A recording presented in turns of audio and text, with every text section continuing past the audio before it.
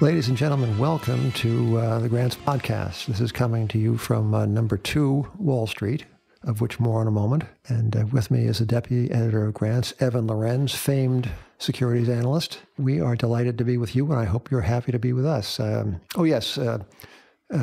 word from the sponsor, which is us. Grants Interest Rate Observer wants you. In fact, we need you. We would like you to subscribe. And to do that, all you have to do is go to the website, and actually you're probably on it right now, and click a couple of clicks, and you are then a member of kind of an intimate, all too intimate, an intimate group of thoughtful investors who delight in the free play of ideas and in the reading of pretty refined prose and in the thought of the analysis that Evan, for instance, inserts into every issue. We run to 12 pages, and we look for the best and the worst that Wall Street produces. We like to go long the best and short the worst, and topics are eclectic, and I think it's kind of a delightful publication.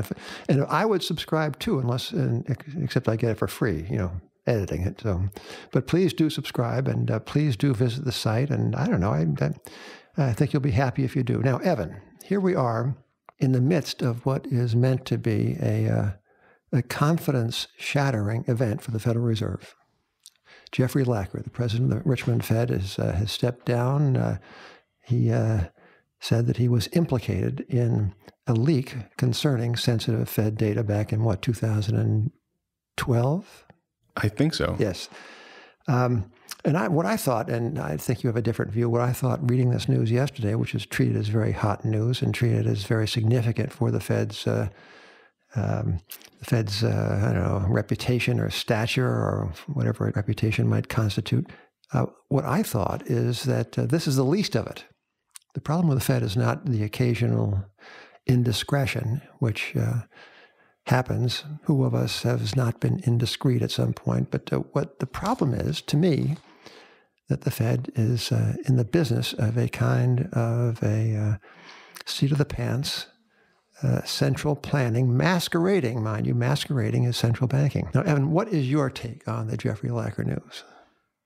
Well, I think it comes at a particularly bad time for the Fed. One, we're kind of in a populist moment where leaks like this and kind of impropriety go down badly. Lacker's letter suggests that he confirmed the leak rather than was the source of it. So there's at least one other leaker who was or is currently on the Fed. I think it's a bad time for the Fed in general. We take everything the Fed does now kind of for granted.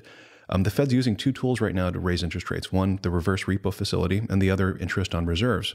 The Fed only gained congressional right to pay interest on reserves in 2008. Congress in 2015 actually raided the Fed's capital account in order to fund a highway bill. I think this coming out right now in the midst of the current political environment, could lead to Congress doing more things to circumscribe what the Fed can actually do. And it also comes at a bad time for the Board of Governors. There's currently 2 empty seats. Trujillo is stepping down today, which means Donald Trump could tomorrow, if he chose to, propose 3 new Fed governors and, alter policy.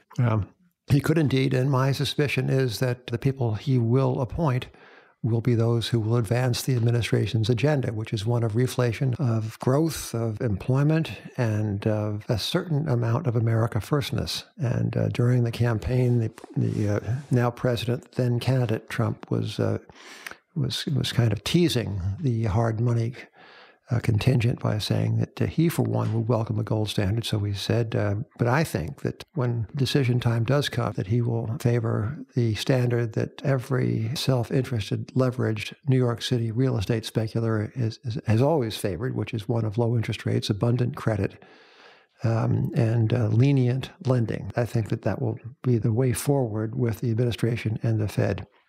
The stock market is on rather a roll, and I think it was you, Evan, who pointed out in the issue of Grants that is forthcoming that the 10-year rolling price-earnings ratio, the one that Professor Schiller has created, shows a reading that is on the high side. It's 29 plus times 10-year trailing earnings, and that is lower, to be sure, than the Alpine reaches of December 1999, 44-odd times trailing 10-year earnings. But it's within hailing distance of the awful and legendary September 1929 reading of 32.6 times trailing earnings, 10-year earnings.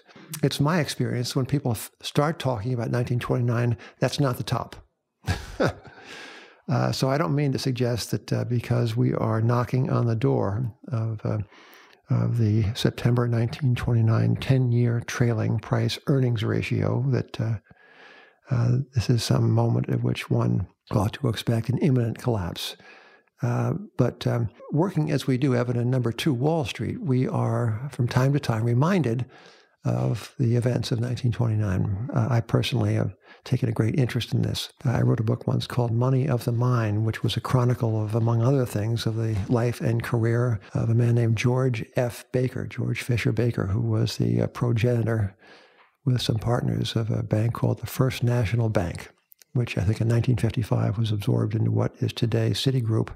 But in the day, the First National Bank, headquartered right here in these monetary bones of our building, First National Bank was the greatest, most substantial, most profitable, and the safest bank in America. And its safety, well, the testament to its safety was that in the depths of the scary 1931-32 Depression, the Bank of England opened an account not at the Federal Reserve Bank of New York, but right here at 2 Wall Street, with the First National Bank. And it deposited something like $50 million. They called it the X account. Nobody was allowed to speak about it publicly. It was that discreet, it was that secret, and discretion was demanded of the staff, and they kept the secret. And so that's the First National Bank. And George F. Baker was the great old man of this institution. And in 1929, George F. Baker got it into his head that the call money rate, that is the Fed funds rate of his day, the call money rate, the overnight basic money market lending rate was too high. It was 7-8.5%.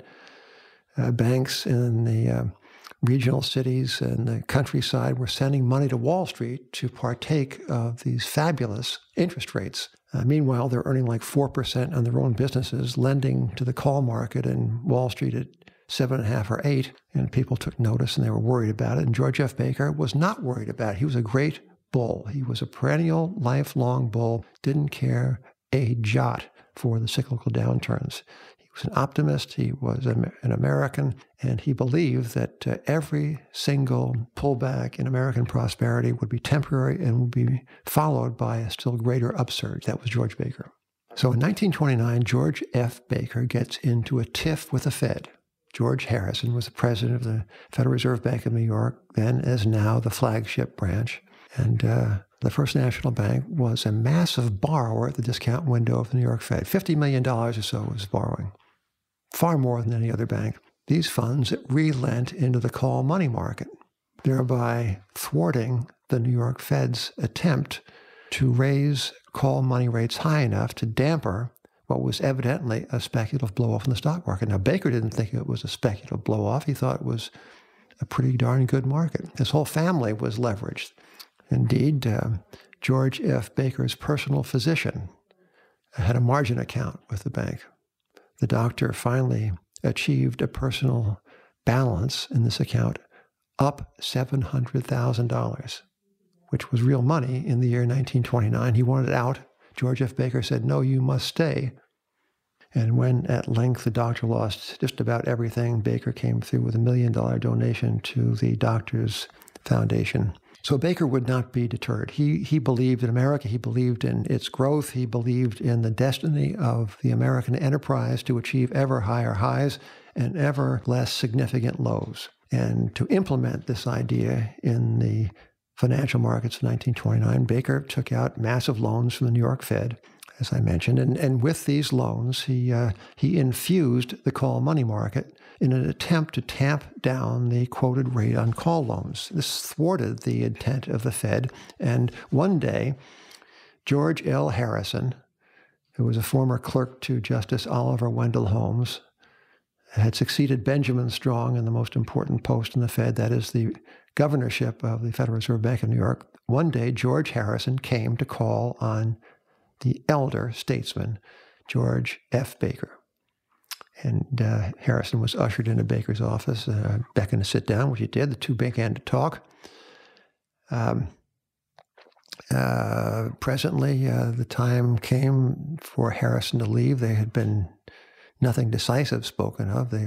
Harrison wanted Baker to know that he was not pleased with the bank's borrowing. 1 o'clock came. Baker's secretary came in to conclude the meeting. Baker waved him off. "No, stay," Baker commanded Harrison. So here is what Harrison wrote in his diary about this meeting. Just then, Baker asked his assistant what call money then was. He received the reply that shortly before it had advanced from 7.5% to 8%, and that $18 million was wanted in the market. Mr. Baker immediately turned to me, more or less laughingly, and asked whether we had taken some $50 million out of the market, saying that no one else in the circumstances could have advanced the call money from 7.5% to 8%.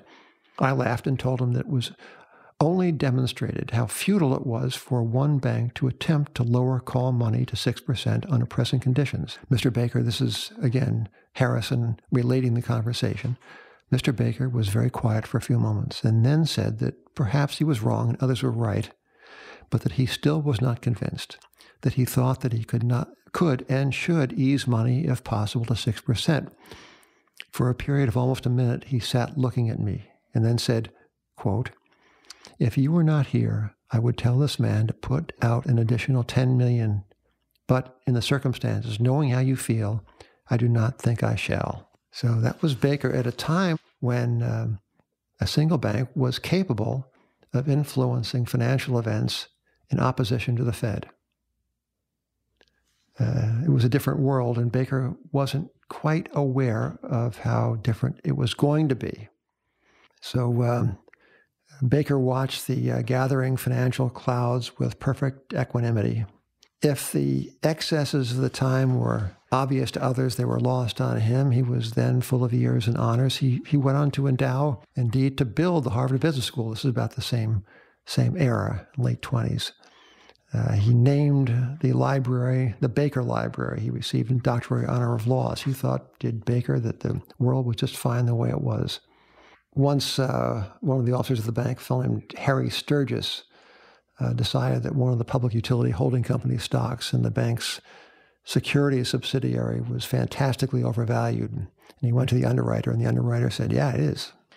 And so he sold it, did Sturgis. And when Baker found out, he made him, Sturgis, appear to defend himself, defend this decision. And Sturgis did. He said, "Look, the stock is absurdly overvalued. The underwriters say so. The underwriters say so. I sold it." Baker directed him to buy it back. So there seems to have been no question that Baker was perfectly lucid. He happened to be very bullish. His son, seeing that the, quote, entire Baker family was sitting on a huge margin account, sent the old man's personal assistant, companion, and valet, Frank Risavi, for one last appeal. Baker heard him out and then said, did Baker, "They are afraid, but they don't understand. As long as Charlie Mitchell and Al Wiggin," those are the heads of the National Bank and Citibank, "are on the job, nothing is going to happen. Don't worry." So after the collapse, Baker said two things, one of them touching and one of them very wise. Once forgetting the magnitude of things, he addressed his assistant, Frank Risavi. "Frank, if I were a younger man," said Baker, "I'd take $10 million, go in there and turn this thing around." On another occasion, Risavi and Baker were going over the accounts of the bank and the security affiliate. This was after the crash. "Mr. Baker," ventured the secretary, "wouldn't it have been wonderful if you had sold out in 1929? With cash, you could now buy back twice as much." If Baker felt a murderous impulse, he suppressed it. "Frank," he said, "if I had started selling things, I would have lost my position years ago. You see, you never know when you reach the top." "But, Mr. Baker," Risavi countered, "you know more than any of these things, more about these swings than anybody else." Said Baker, "No, Frank, you can't know, because every time is different." Yeah, every time is different. So this is the building we're in, number 2 Wall Street, formerly the head of the greatest bank in the city of New York, a bank that somehow missed its way. Baker died. And you know, Evan, after Baker's death, around the time of Baker's death, the building was condemned. This is about 1931, at the low ebb of almost everything. The building was condemned. It was tilting and listing. And so they were afraid one day that the safe would be frozen by the shifting of the ground, the old granite safe. So the building was knocked down, a new one was put up, and the building and the bank seemed to be on the finest, firmest footing, except it had no branches. It did a business that no one really seemed to need. It was in the business of safety, and the safety of banking system was about to be nationalized, or effectively nationalized, by the advent of the Federal Deposit Insurance Corporation. So the First National Bank, the famously safe, the famously well-capitalized, if somewhat predictably bullish bank, finally was kind of without a business model that really worked in the modern day. So, Evan, let that be a lesson to you. I'm not sure of the lesson. Well, maybe there is a lesson from the present day. Vanguard, I read, cannot keep up with the influx of the billions. $1 billion a day is coming into Vanguard. They can't staff the call center fast enough to greet the new investors and to process their checks. Maybe this too will pass. Ladies and gentlemen, I thank you for listening. I hope you will join us as readers. In any case, you will hear from Evan and me very soon, and it will be our delight to talk to you. Until next time, goodbye.